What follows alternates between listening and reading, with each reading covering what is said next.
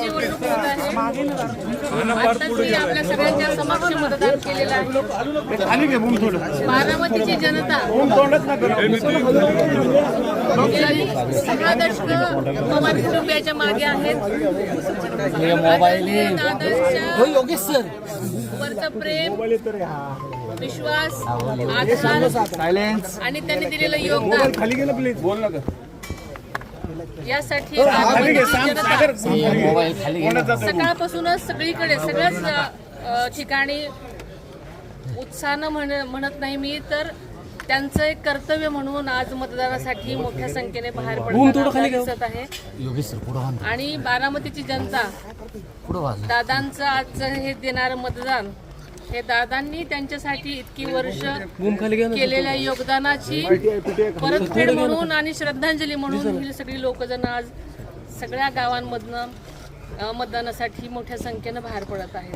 खरं सांगायचं तर ही संबंध पोटनिवडणूक अत्यंत भावनिक वातावरणात पोहोचला असल्यामुळे स्वतः बारामतीकरच त्यांनीच ही निवडणूक हातात घेतलेली आहे आणि त्यामुळे ते प्रत्येक जण आपले कर्तव्य म्हणून या निवडणुकीकडे पाहतायत आणि मतदानासाठी सगळे ते बाहेर आलेले पडतायत. सगळ्याच बाजूने अत्यंत भावनिक निवडणूक आहे.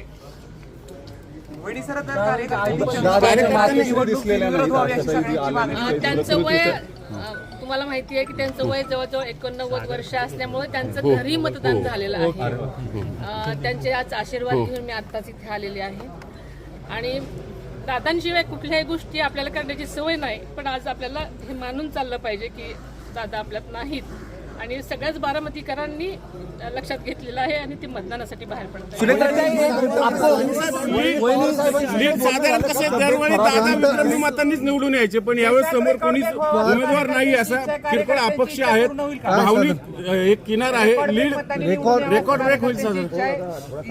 बारामतीकरांनी आजपर्यंत अनेक रेकॉर्ड ब्रेक केलेले आहेत. त्यामुळे बारामतीने ठरवलं तर प्रत्येक गोष्ट ते करू शकतात आणि त्यांनी मनावर घेतलंय. मी आता पहिल्यापासून दादांनाही श्रद्धांजली असेल. रेकॉर्ड ब्रेक साहेबांशी काही बोलणं झालंय का? तब्येत खराब आहे, तुम्ही ट्विट केलेलं होतं. साहेबांची तब्येतीची मी विचारपूस केलेली आहे.